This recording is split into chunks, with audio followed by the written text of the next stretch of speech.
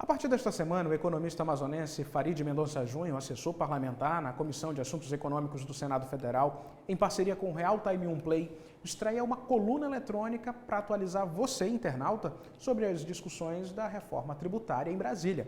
Duas audiências em torno do assunto marcaram a semana. A primeira, um diagnóstico do sistema tributário brasileiro. E a segunda, com a participação da comunidade internacional, um debate sobre o Imposto sobre Valor Agregado, o IVA. Mas Farid inicia essa série com um resumo do trabalho desenvolvido até aqui a respeito da reforma tributária. Vamos ver. Nós tivemos a primeira semana, que foi uma semana aí de apresentações da comissão, da instalação, do plano de trabalho, do atendimento a um certo cronograma, como vai ser, né? Nós sabemos que existe um prazo previsto aí, desde o dia que efetivamente começou, de 90 dias para desenvolver os trabalhos, né? E podendo inclusive ser prorrogado, né? A gente sabe que no meio político existem muitas expectativas, além também no mercado, da questão da reforma tributária, e acaba que muitas vezes há sinalizações que vai ser aprovada de uma forma mais rápida e depois você acaba tendo algum tipo de revés, e aí você começa a ter outras declarações que acabam colocando que a reforma tributária vai ser aprovada num tempo mais longo, talvez até o final deste ano. Ou seja, são várias falas que existem aí no meio político, no meio do mercado, no mercado financeiro, fazendo aí suas apostas por meio das suas expectativas do que vai acontecer na reforma tributária. Bom, tivemos essa primeira semana, como já expus, e tivemos agora, nesta semana aqui, as discussões efetivamente sobre a reforma tributária. No dia 14 de março, nós tivemos nessa reunião, foi uma audiência pública, e nessa audiência pública ela teve como temática o diagnóstico do sistema tributário atual. No dia 14 nós podemos destacar principalmente a fala do Maílson da Nóbrega, né, que já foi ex-ministro da Fazenda. Ele destacou a importância do tema para o Brasil. Ele citou uma frase, inclusive, no Nelson Rodrigues, isso é interessante, de que o subdesenvolvimento não é improvisado, mas é uma obra de séculos.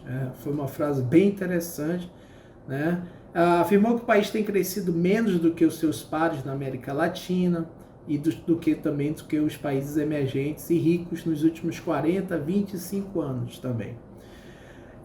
E isso se deve a várias razões, né? A má qualidade da educação, deficiências na infraestrutura, juros altos e o sistema tributário em desarmonia completa na área do consumo, né? E destacou também a questão da disfuncionalidade, da cumulatividade, né, do direito tributário, dos tributos, enfim, e das normas que apresentam muita confusão, ou seja, normas confusas. Um outro que eu gostaria de destacar nesse dia também, dia 14 de março, é o Luiz Carlos Halde, que, como eu já falei, ele aumentou o intelectual da PEC 110, que é a que tramita no Senado. Ele discorreu sobre seus 50 anos de experiência na vida pública. Ele já foi secretário de Fazenda e prefeito. Ele estuda o sistema tributário brasileiro há mais de 20 anos e destaca que o principal problema é que ele não está alinhado com o sistema europeu. Ou seja, a proposta, a inspiração dele é principalmente o IVA que vem da Europa, né? Ele mostrou gráficos que demonstram o impacto negativo do atual sistema tributário na nossa economia e defende a adoção de um imposto sobre o valor agregado, que é o conhecido como IVA, Imposto sobre o Valor Agregado. E destacou também que o principal objetivo da reforma tributária deve ser o desenvolvimento econômico e a harmonização com o sistema da OCDE, né? Organização para a Cooperação e Desenvolvimento Econômico, que é uma organização internacional aí, extremamente importante, que inclusive o Brasil vem dando alguns passos no sentido de promover mudanças para integrar esta organização. Bom, essas são as participações que eu queria destacar no dia 14 de março. E aí eu vou para o dia 15 de março. Né? Sobre o dia 15 de março, nós gostaria aqui de começar destacando quem foram os participantes da audiência pública do dia 15 de março. Mas primeiro, destacar o tema. O tema dessa audiência pública foram as melhores práticas internacionais de tributação sobre o consumo. Nós tivemos a presença da Rita Della Feria, que é uma professora de Direito Tributário na Universidade de Leeds, Inglaterra. Ela apresentou alguns mitos, identificando 5 mitos, na verdade, sobre o imposto sobre valor agregado.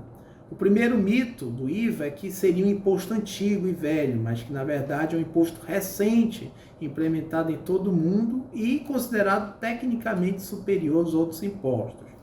Segundo mito, que o IVA é um imposto capitalizado, mas na verdade é o imposto que melhor tem lidado com os desafios da globalização e da dinamização da economia. Terceiro mito, que é o imposto fraudulento, mas é um imposto eficiente que não cria distorções no mercado. Quarto mito é que o IVA não é compatível com sistemas federativos.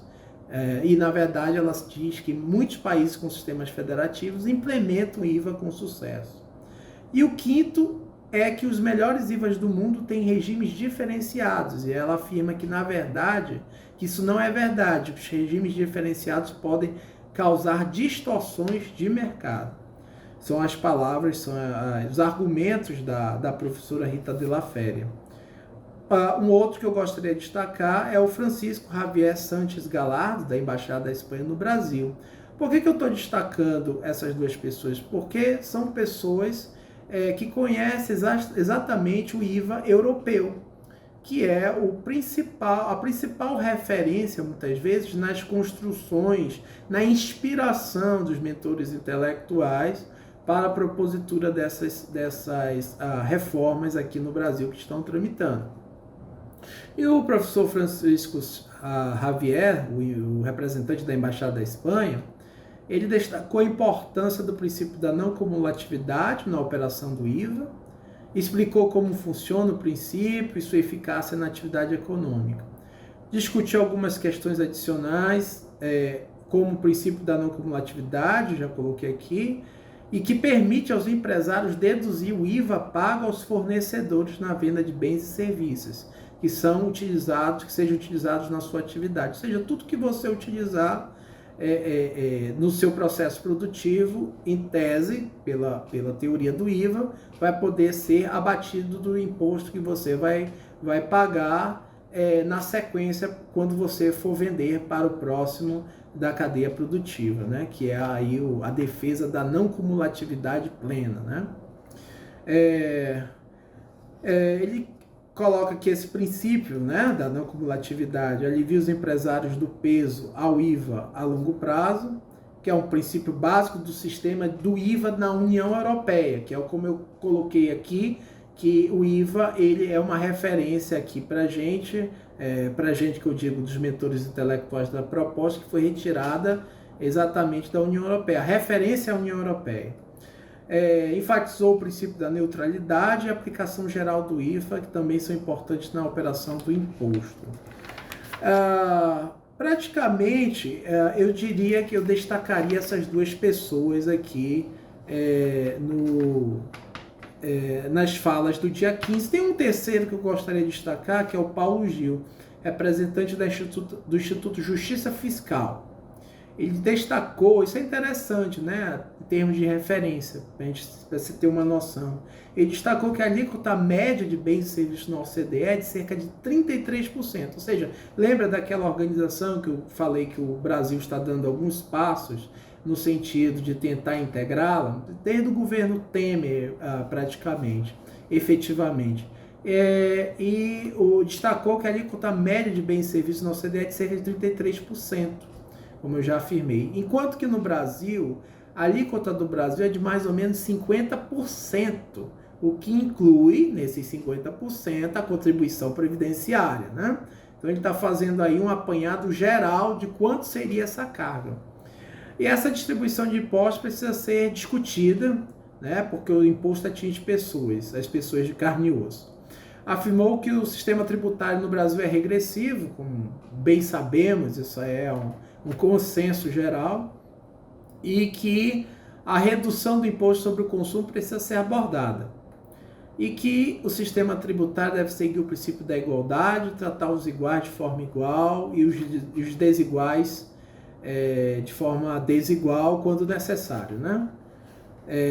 De forma igual e desigual quando necessário. Bom, essas são as principais contribuições que eu gostaria de colocar aqui sobre as audiências que ocorreram nessa semana, nos dias 14 e 15.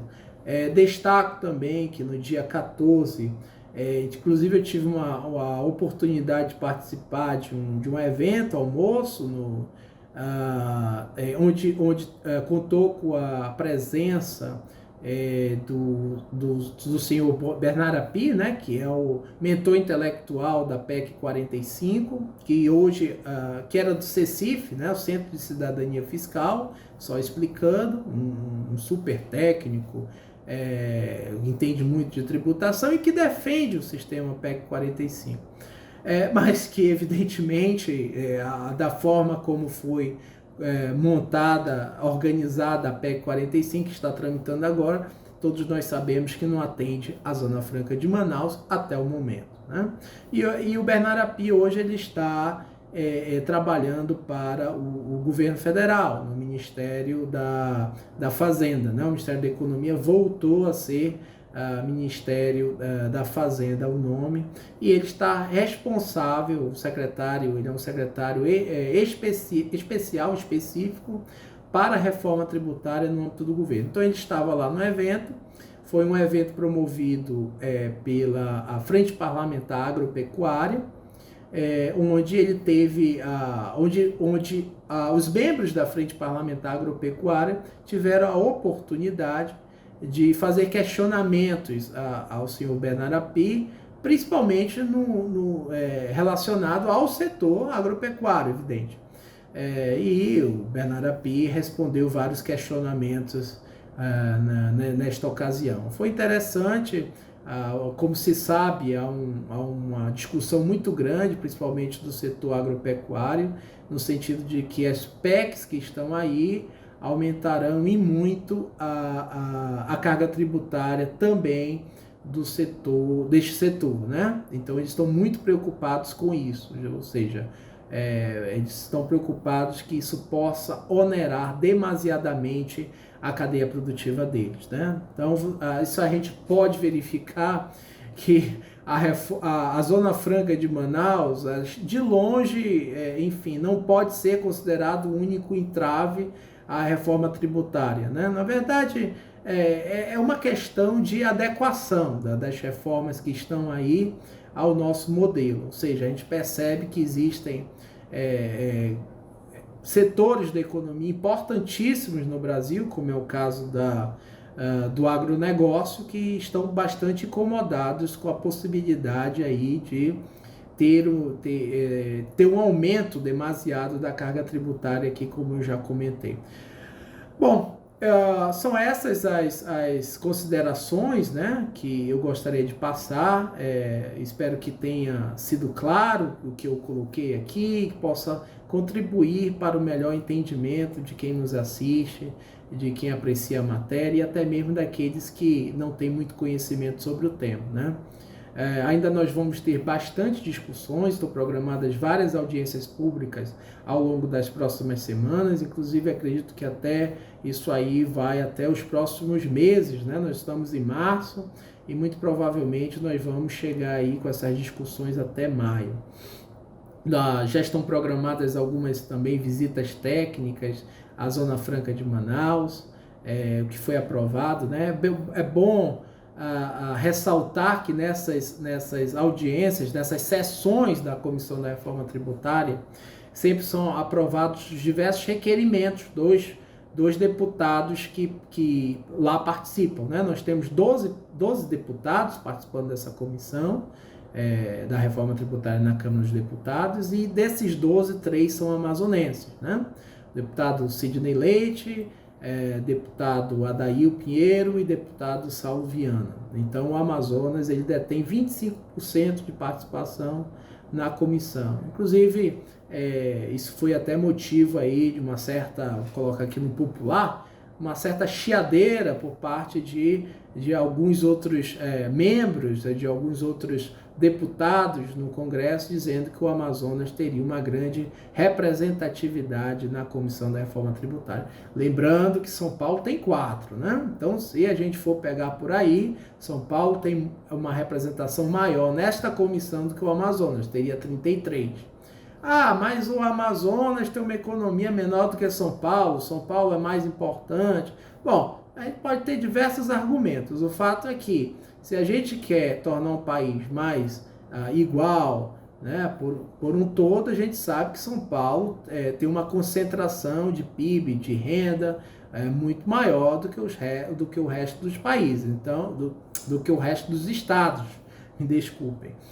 Então, isso significa que, enfim, se o Amazonas está muito representado, o estado de São Paulo está muito mais representado nesta comissão, né?